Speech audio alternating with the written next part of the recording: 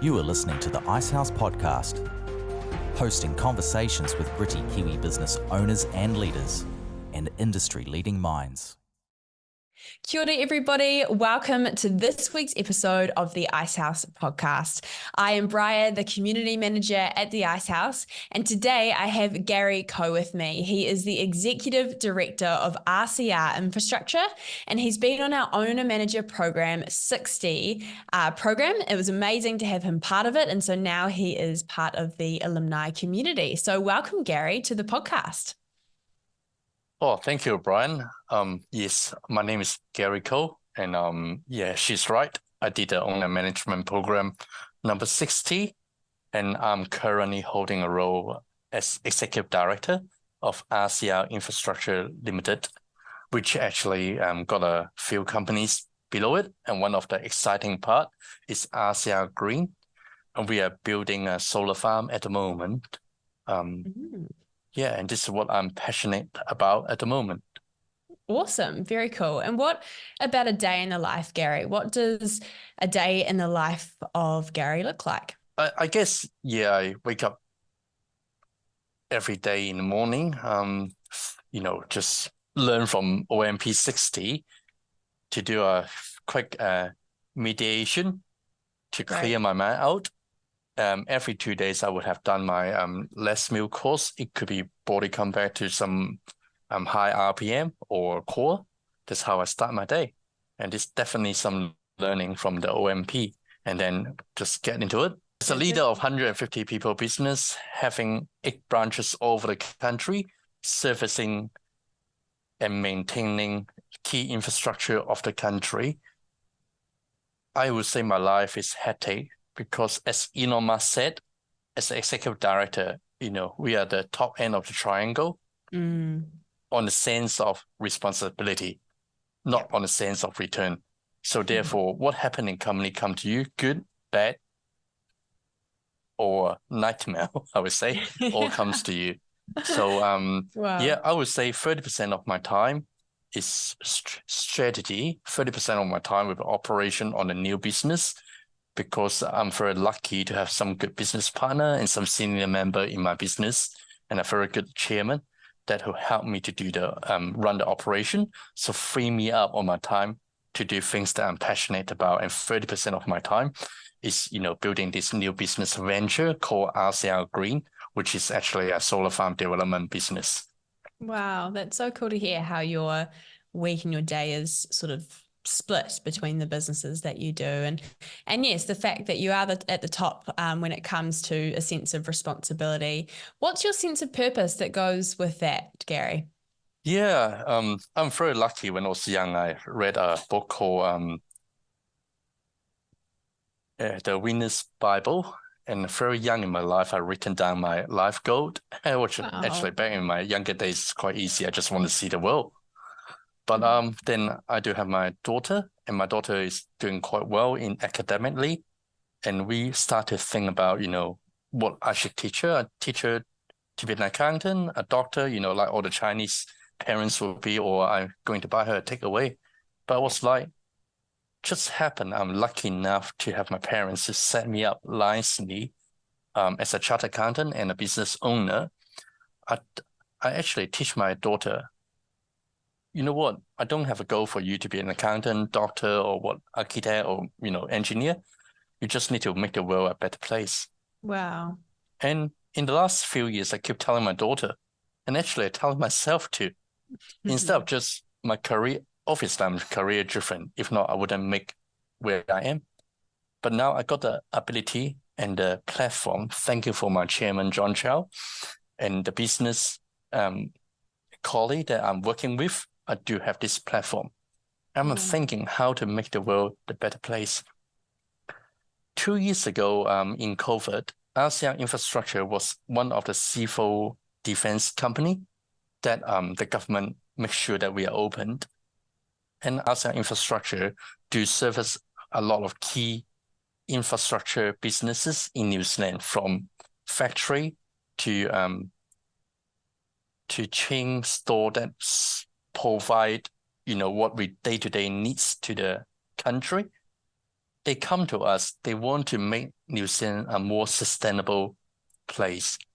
One of the business we serve, they use 0.5% of New Zealand power, and they would like to reduce it, and also how to make their power more sustainable and green. Therefore, 2 years ago, we started this project. At that time, we just call it future engineering. We choose 4 things that we are working on as an engineering company.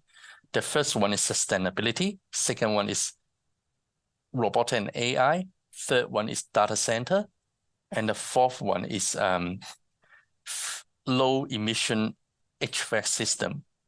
And as you can see, we got RCR Green and DataGuard in our company portfolio now. RCR Green is a solar farm developer, and DataGuard is actually a data center service business. And that's actually why I can make a difference by using the platform that I have, or I don't say I have, I would say I'm fortunately given by my chairman and my colleague to have the guidance of a 138 years old company, and I can transform it for a business that can sustain another 130 years at least. Wow. That is so cool. And I love that story that you shared about your daughter, you know, saying to your daughter, just do something that makes the world a better place, and then realizing that that could be your sense of purpose too. That's really powerful, Garry. So thank you for sharing that. So yeah, you've told us a little bit, but share a little bit about the current business and where it's heading. Yes, RCR Infrastructure was actually what I call RCR. It actually started by 3 brothers. If my memory is not wrong, it's Robert, Clint, and Rob. 128 years ago in 1878, I think that's the number. And it was bought by a business called Tomlinson Brother. It became RCR Tomlinson. And time flies to 2019. They were already a humongous business in Australia, Asia. They got offices in Malaysia, Hong Kong. I think they got business in Indonesia as well, but the main side is still Australia and New Zealand. It turned around about $2 billion, but very unfortunately, like all the big company, it got at times, and it didn't pass through the test of 2019. They went into voluntary administration, and just happened I was the finance manager of their New Zealand infrastructure arms. And I'm so passionate about the business that I really want to do something about it. And thank you for a person called Kiran Patel, who works for Macau, which is the administrator. He encouraged me to initial we call it MBO, a management buyout. And I did as a finance, I'm a chartered accountant, by the way. As a finance background, I put together a brochure and I go out to the investor community and find an investor to back us up. And I'm very fortunately to have the support of Stonewood, which headed by one of the best entrepreneur in the country, also one of the rich lister, John Chow. And he support us, and we co-own the company till today. As I already mentioned it earlier, in the last 5 years, we acquired 2 businesses and also starting one together. And today we got 150 people, 8 branches, 4 businesses, and servicing 7,000 sites in New Zealand. And one of the best thing we do is because we got a younger leadership team, we put in the state-of-the-art, we call it job allocation system. And that's also make us win a lot of contract. We can allocate technicians. It could be subcontractor or direct employee everywhere in the country within 2 hours from the south to the north. Very cool. Wow, that's amazing scale. Thank you for sharing that. And very cool to hear that you went ahead with a management buyout and decided that was something that you wanted to get involved with. You've obviously had quite a lot of experience. What's a piece of advice that you'd give yourself knowing what you know now? I would say being more honest. I Mm, mean, to yourself. I mean, a lot of people are not being honest to yourself. Human nature is quite emotion. Disregard how sensible you are. You either undersell yourself, you oversell yourself. And I'm very fortunate to have very good leader like John himself, and even my previous day got some good CFO, a person called Simon McKerney, or even previous to that, Andrew Stephen, who used to be a president of Infrastructure New Zealand. They all taught me a best leader should have self-awareness. I mean, it's pretty hard though. There's no fine line of being a good assessment of self, but I think always checking out yourself, which level you really are, is the piece of advice I give myself. very good advice. That's very cool. And yeah, just being honest with ourselves, it's a good reminder. Garry, is there something you are proud you have achieved this year in 2023? Yes, I do actually. Yeah, if any listener could add me in my LinkedIn, you see that John Chow, my chairman, posted a post, and that the only business post that I share in my own personal social media. We are starting our first solar farm in Yes. Ashburton. Yeah, it's not a big one. It's only 6 megawatt, but it is fully funded and it will be built. Wow. And what a start as well to the next arm of the business. That is very exciting to hear. And obviously will come with more growth and excitement in the new year. Well, I'd love to hear what has been a challenge within business this year and how have you overcome that challenge? This year is a particular different year. We start Yeah. off the year with, we come out of COVID, we do not have enough workforce. To at the end of the year, because of the hike of the interest rate, the market become, I would say, quite gloomy, especially in the construction side of our business. Mm, But on the other hand, because of our new venture on sustainability business, we put ourselves in a total different lead to our competitors and to our peers. We are not affected by the challenge, but fully aware what's happening in the market. We cannot get any fully qualified electrician in the start of the year to at the end of the year, one position got 70 applications. wow. Yeah, I think the It's very challenges different. is very different. Mm, I think the challenges of nowadays is that the world changing very fast, much faster than it was compared to, 25 years ago, I started my career. yeah.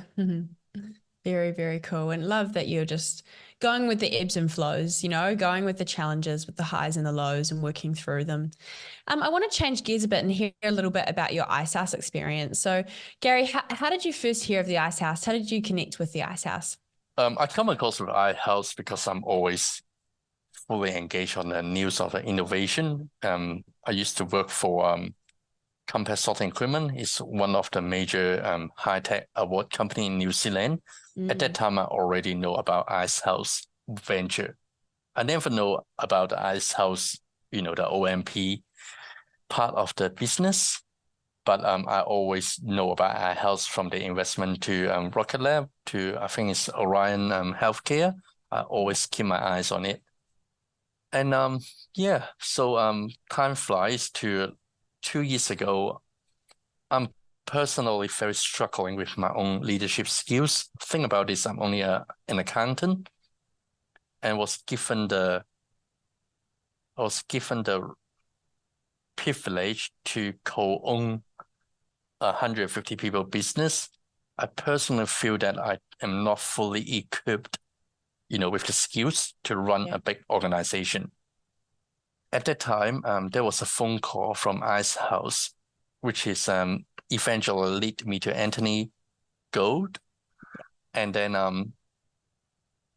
he invited me to Icehouse, he hasn't sell me a program or what. He just listened to, my frustration, hear my story, and then recommend to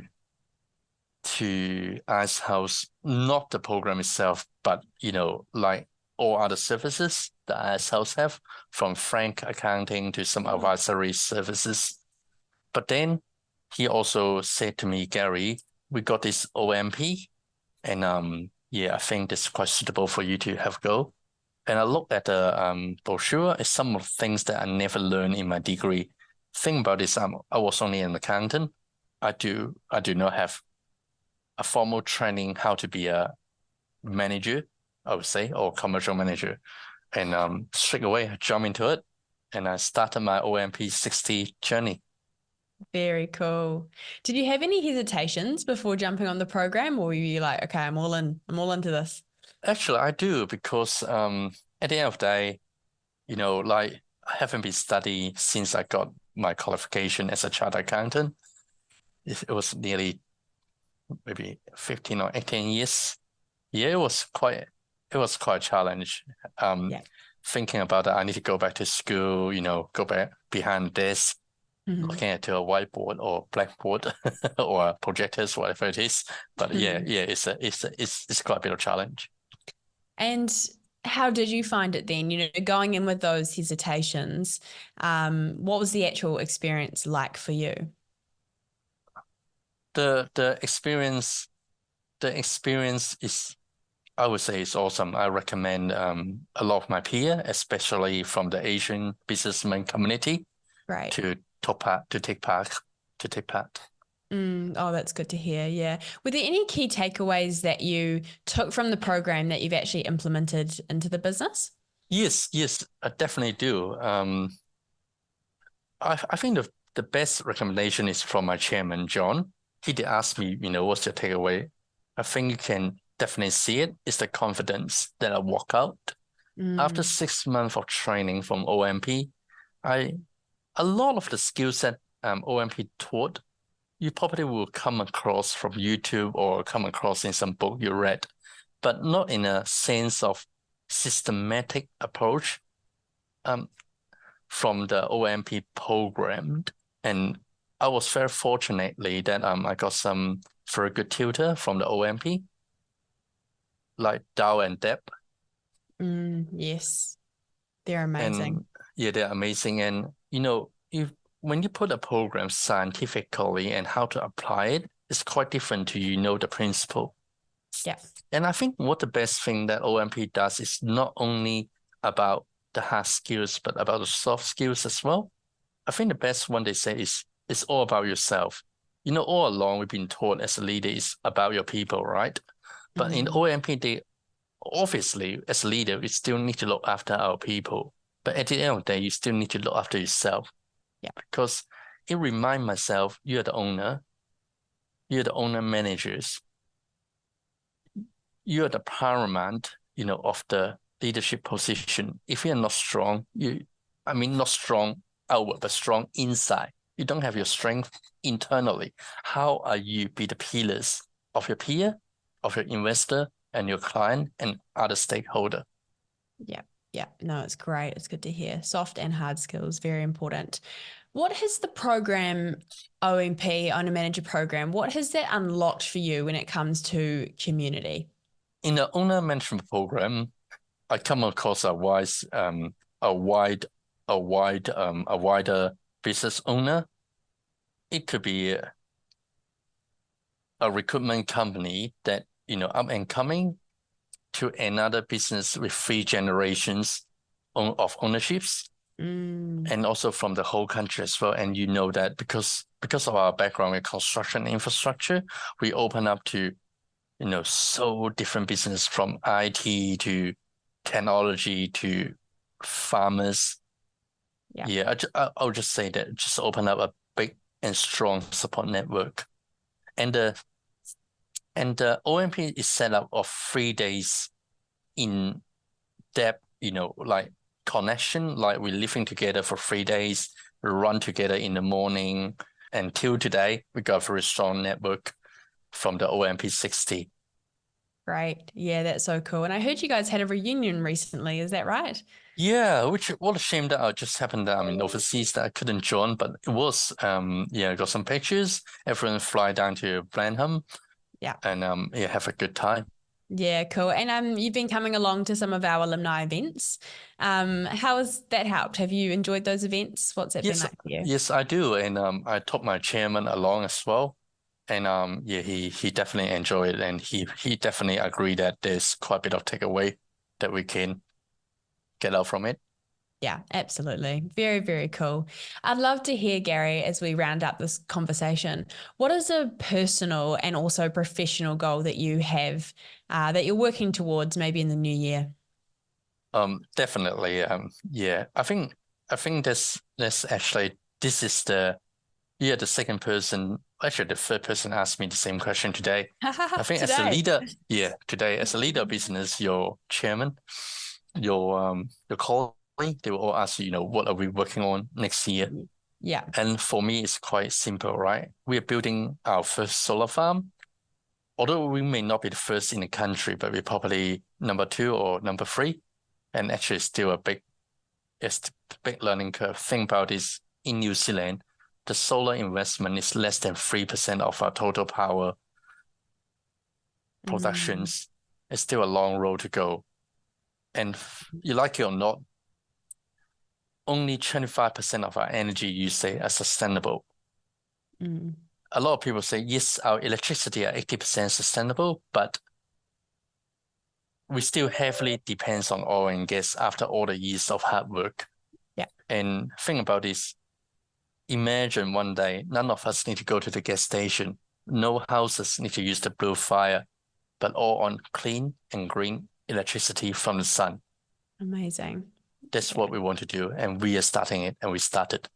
Wow, I can tell you're so excited by that vision for the company, for the ability to change the world, right back to when we were talking at the start of the conversation around what is your purpose, what can you be demonstrating to the legacy, leaving a legacy, demonstrating to the generation under you and your daughter. So yeah, very cool to hear, Garry, and excited to be part of that journey and to see the business unfold in 2024. So we're wishing you all the best. Thank you so much for being on the Icehouse podcast and sharing a little bit about your story.